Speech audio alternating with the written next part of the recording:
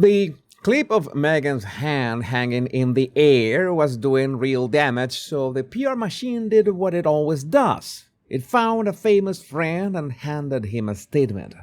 David Foster told people there was no snub, called the coverage clickbait, and swore the welcome happened 10 minutes earlier off camera where nobody had a phone up.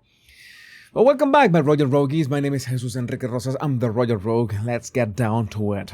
So we are starting with this clean up because, it seems that this is the story, not the gala itself. You remember the gala? That should have been the important thing, but no. You already saw the August 7 carpet in Victoria.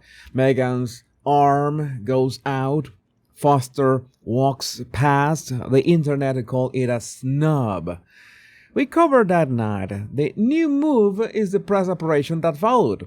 Foster gave people an exclusive. He says he had already greeted our friends, the Duke and Duchess, at the entrance 10 minutes earlier.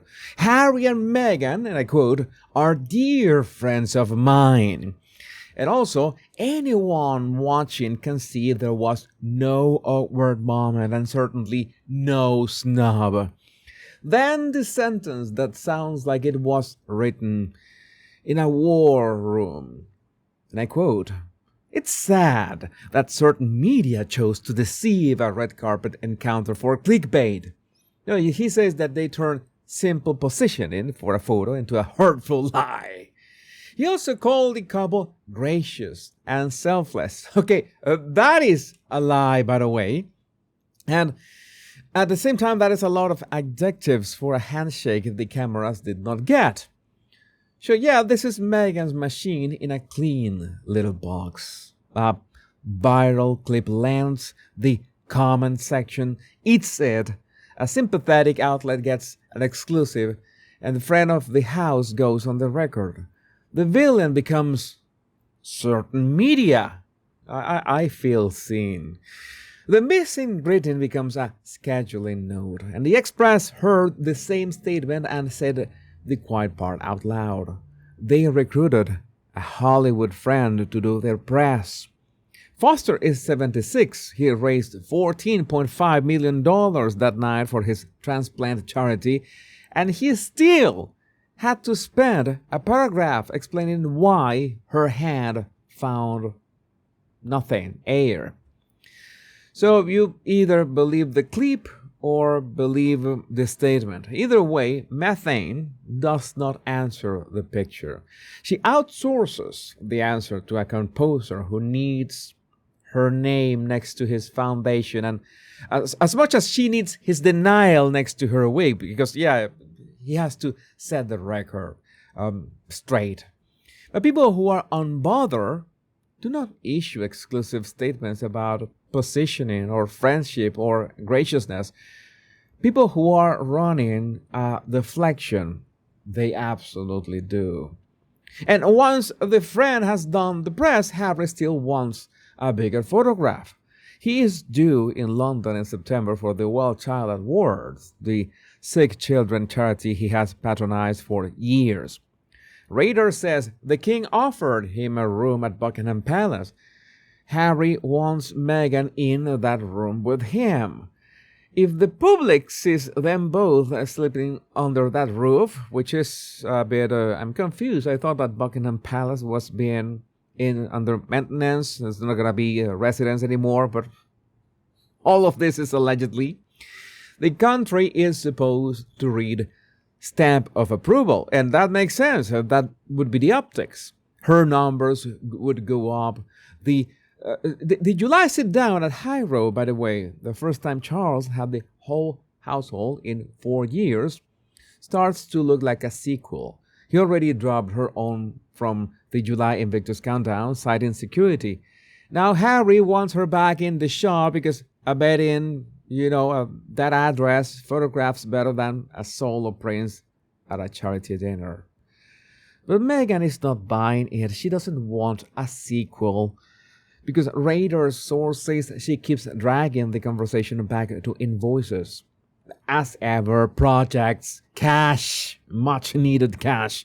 It's great, and I quote, that the palace wants to extend this offer, but it's not going to pay all the bills that are piling up. So yeah, Goodwill does not restock a jam warehouse, and well, that's great because that jam is not selling.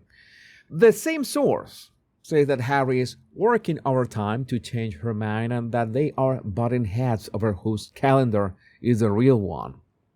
So, well, child is the respectable reason for their ticket.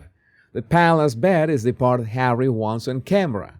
A commentator on GB News, Richard Fitzwilliams, sketched the larger plan. More Britain, more of the king. That would be a long game that ends with Charles in a seat at the 2027 Invictus Games in Birmingham. And then Fitzwilliams said, again, the plan is one thing, the execution is another. So you can imagine that that is quite a split. Harry wants the photograph of the spare room, pun intended. She wants the photograph of a product that landed. So he thinks a palace bed is oxygen, and it indeed is because they keep using those titles like there's no tomorrow. And she thinks a palace bed is a wig that she cannot invoice. She needs to keep working. I don't know what, but does Meghan work in? I don't know what she's doing right now, and if he's doing any service to her bank account. But Montecito Manor sold We as the brand. You remember that? So this week, the We is a scheduling fight about whether the Duchess of Sausages will even get on the plane.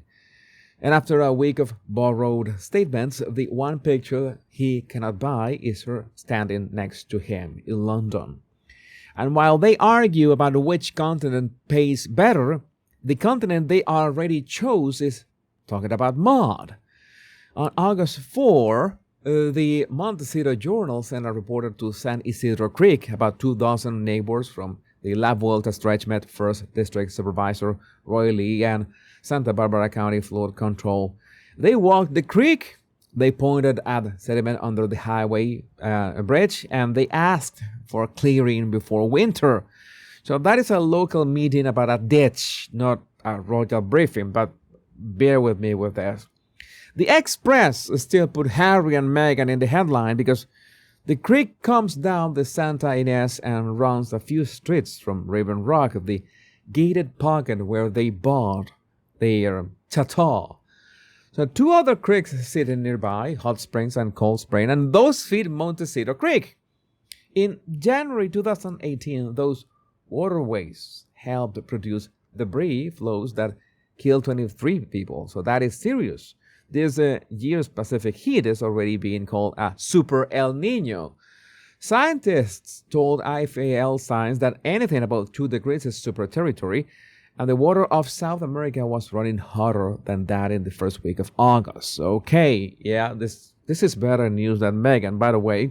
But the man who built their house, Terry Cunningham, once told the Mail on Sunday he sure as hell didn't think about mudslides while he was pouring the fantasy. So he also said it is something he would be thinking about now. Montecito already learned this lesson in 1969, another hard El Nino year, when boulders came down Romero and San Isidro. So yeah, the 2018 storm was not even an El Nino year. The Tabs have the chateau at about 11 million pounds, or $29 million if you like the American stickers. I don't know if that math checks out anyway. But nobody from the county handed the sausages a personal evacuation flyer. The neighbors did the adult work. The papers did the name drop. Gingerbread is shopping for a palace bedroom. The creek behind the hatch is the story their postcode actually has. So they picked California for the weather and the privacy. The weather has a memory. Privacy does not stop water. So let me know what you think about this in the comments. My name is Jesus Enrique Rosas. I'm the Royal Rogue. Much love and bliss.